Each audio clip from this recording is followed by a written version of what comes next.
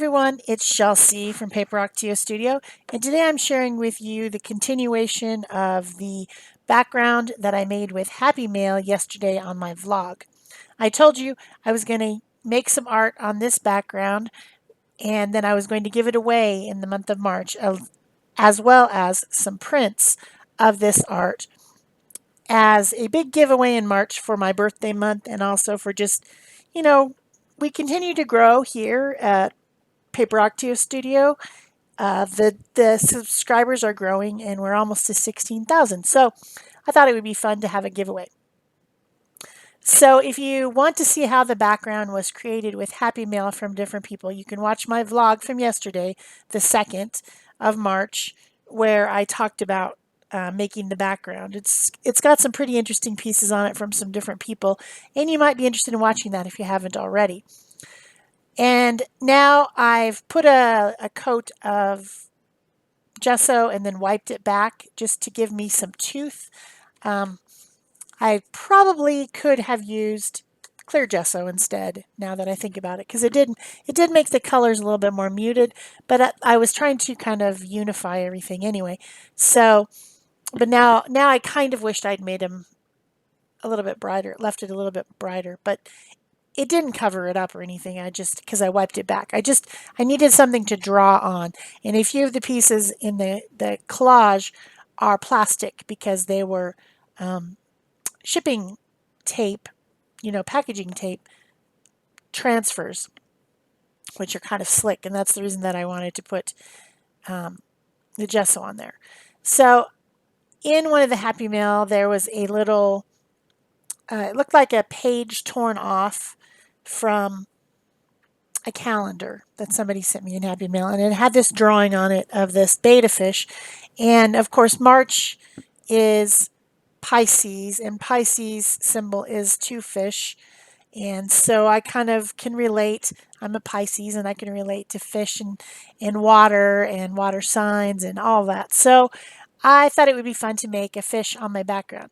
And the art that I made the other day with the bird on it with the crown was so popular that I decided I would make another of this similar type of art, mixed media art, where you use a colorful background and then I draw on it and then I paint out the parts of the background that I don't want to show. I only want the things that I drew to show. Of course, I don't want to completely obliterate them. I still want there to be some of that fun mixed media background showing through. So I got out some different Deco Art fluid media paint. This is a high quality, high pigmented paint from Deco Art in different watercolors. I will, of course, list the materials used in the description box below along with links so that you can find these colors. I didn't end up using all the colors that I got out, so it looks like I got out 1, 2, 3, 4, 5 and white.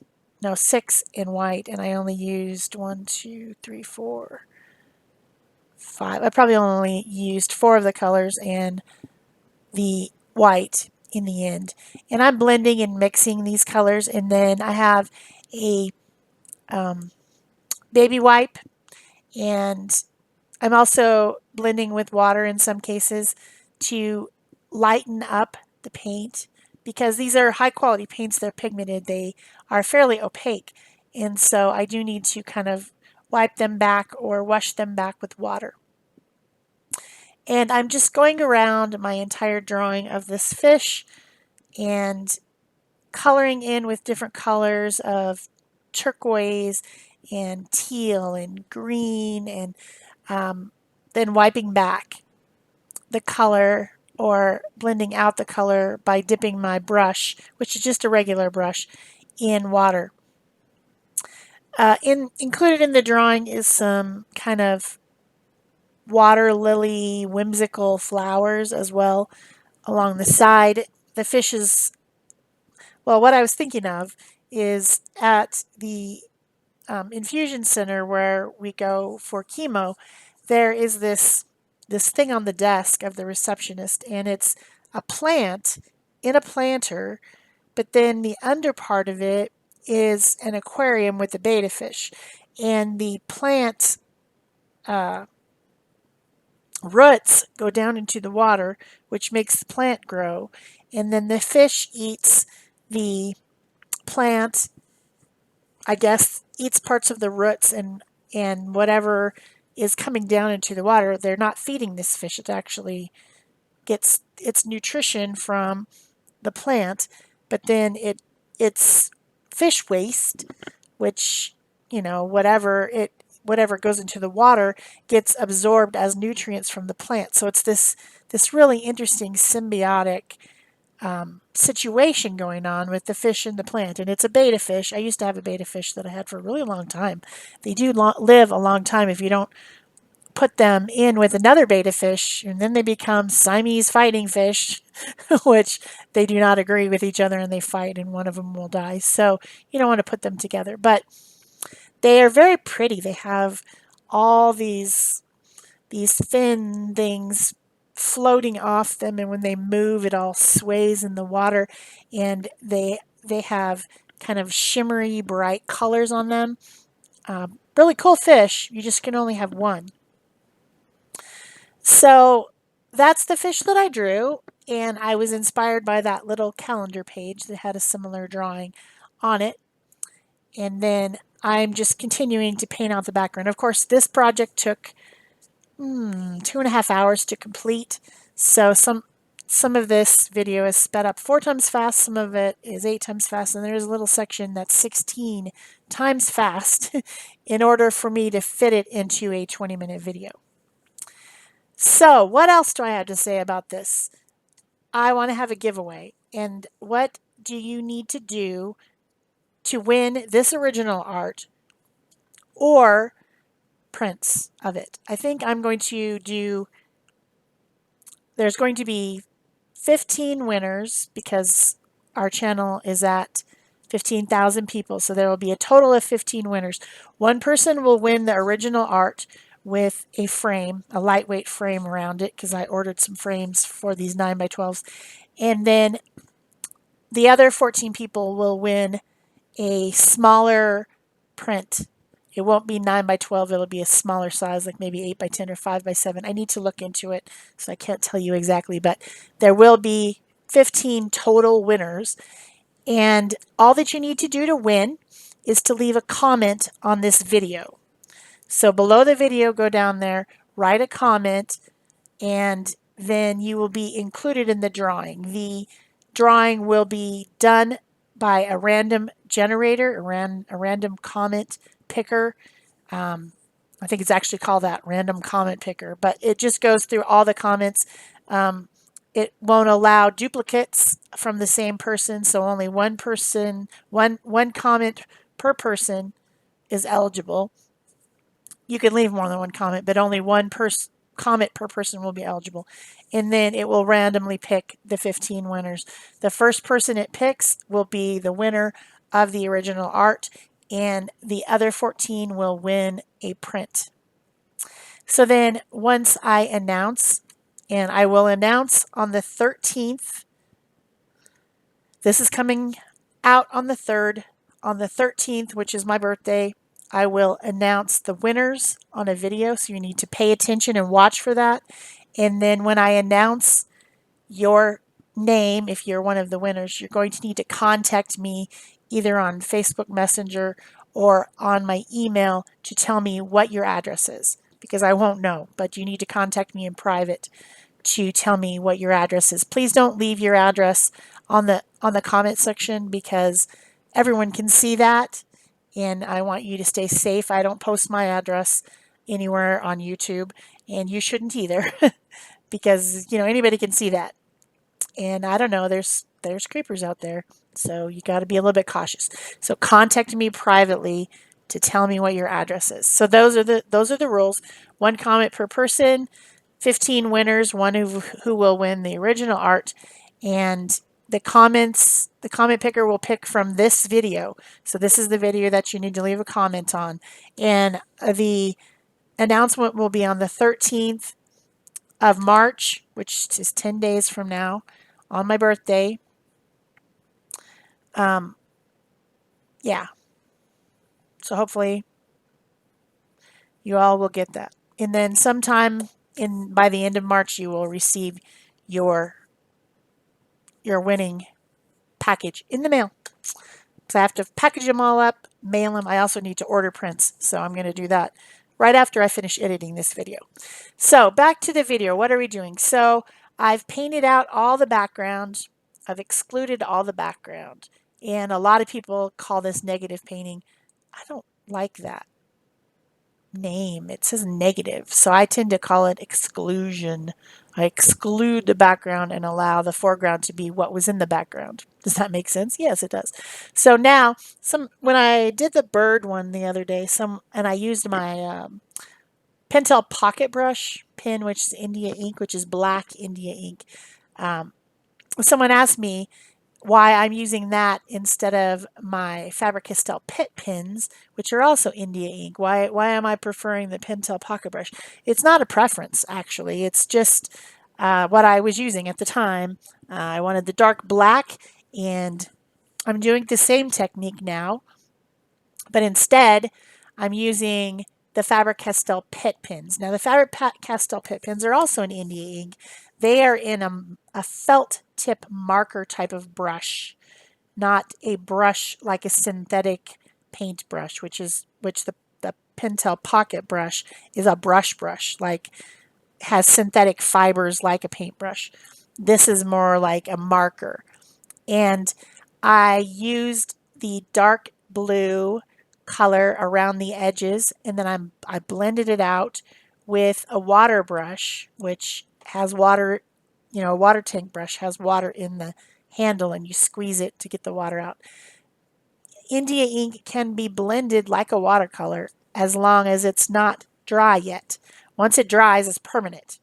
So everything on here is permanent. It won't run or smear if it gets wet. Of course, I will seal it a few times with a few coats of matte sealer just to make sure everything's sealed up real good. That's a professional thing to do. And then the other pens that I'm using to do the pen work, and I did a lot of fussy pen work on this, is the dark gray from PIN, P-I-N brand markers that are for illustration markers. And then I also used a black Pitt pen bullet tip type of a illustration marker from Faber-Castell. So I've got a gray, I've got a black, and then I used some other colors, a dark pink and a light pink. I end up using a bright green at the end. I use a purple, and then the dark blue. So the colors that I'm blending out around the edges and also on the interior of the fish, as you'll see later, are the Faber-Castell Artist Pitt brush pens. I don't know why the Pitt is there. I don't know why it's called Pitt. I've wondered that. Faber-Castell Pitt Artist brush pens. And then I have a couple illustration pins. So all that will be listed below the video with links. If you use my links to Amazon, I do get a few cents, which makes me happy. I always like that. If you want to buy some of these products, or if you just want to use my link, I'm happy with that too. The only other thing I used at the end of this process is I did use a white Posca pen to add a little bit of highlights onto some of the scales and the what are those things called? Bubbles. You'll see me do that towards the end. So now I'm using that dark gray illustration pen. The set of pens is so confusing. Comes with a light gray, dark gray, and black in two sizes, an 01 and an 05 in the set. And then the black one that I'm using here is an illustration pen from Faber-Castell, and it's the size small. So that one comes in a pack of different sizes, extra small, small, medium. There's a brush. There's different things inside of it. So that's black. I hope that all makes sense. There's a lot of pen work on this. A lot. A ton. A bazillion. Also, I did some stenciling. I don't think that's come up yet. Still working on the pen work. Oh, and I did use a medium gray brush, Faber-Castell pen to add a little bit of shading too. So I've got, in the fish, I've got purple and blue and gray. And then I end up at the end adding a little pink and green. And then in the flower, I had two colors of pink and some gray. And then, of course, the dark blue is around the outside edges of everything. So I love these Faber-Castell artist pit brush pens. I think they're great for mixed media because they're indie ink, so they dry permanent. Um, I guess I just hadn't had them out recently, and somebody was asking me why I was using the other indie ink pen that I had instead of these. Like, not a preference, just happened just to be what I had and what I grabbed. These things are all on my desk, and what I grab, I grab. It's just how it works. So I hope you're enjoying this video. If you are, don't forget to give it a thumbs up. And of course, if you leave a comment below, you'll be entered in the drawing. You can share this on Pinterest or Facebook, and that always helps my channel grow when people can find my videos recommended by somebody else. And if you haven't already, you can subscribe to my channel and turn on your notification bells. And the channel will be growing to 16,000, I'm sure, by the end of the month. So that's pretty awesome. I never imagined that I would have that many subscribers, and it's always exciting when I get to some milestone number. You know, it's just it makes me do a little happy dance. Like, oh, people like me, people like me. It's just something. I don't know. It's something. So I did add some shading to all the little scales in using both the purple and the blue, um, and blend that out. And then I came back in with the black fine tip pen and only drew around some of the scales to give more variation. I added green to the eye eventually, which actually made it really stand out from the background after I did that. Not sure when that's coming up, but I did this in two different stages, and I'm not sure at what time I did. Oh, here's finally the stenciling. This is a piece of a stencil from, I think it's a Stencil Club stencil, that has these little bubble-looking shapes on it. Just look like bubbles. So I decided to use those with some light blue, sky blue paint, just to add more visual interest to the background. There would be bubbles in the water, you know, bubbles are in the water. So they're not the bubbles that are coming from the fish. They're just other bubbles, other random bubbles. Maybe there's more fish somewhere that you can't see. Probably not, because this is a betta fish and he would not want to be with other fish. But anyway, who knows? All these weird things come to me. So now I'm continuing on doing some more pen work to the rest of the fin areas. And this is where it's sped up 16 times fast. Isn't that fast? Fast, fast, fast. But I got to get this to fit into 20 minutes as close as I can. So you've already seen me do this part on the bottom, and so now you're seeing me do it on the top. All the fins on the top. Lots of pen work. Fun though. I like doing it. It's relaxing. So here's where I got out the white paint in the acrylic type of a pen. That's the Posca pen. It's got a fine tip, and I'm just using it basically by picking it up with the water brush. I made a little pool onto my desk there on my paper, and I picked it up with the water brush. And then here I've got that bright green I was telling you that made the eye look a lot more interesting. And I'm putting some pink on the cheek because, you know, my weird whimsical animals have to have colorful cheeks as if they are embarrassed, I guess. I did use some light blue on the bubbles coming from the fish's mouth, and as well as some of that white Posca paint. And then I'm just adding and blending with my finger some green, and then I end up with some pink at the end onto the parts of the fins just to make them a little bit more colorful because it's fun. And And that's pretty much it. I finish up this artwork, I sign it, and then it will be given away. So don't forget to leave a comment below so that you can be entered into the random drawing that will be coming up and ending on the 13th of March. So if you're watching this past the 13th of March, the drawing has already ended. So that's it for me. Thanks for watching. Bye-bye.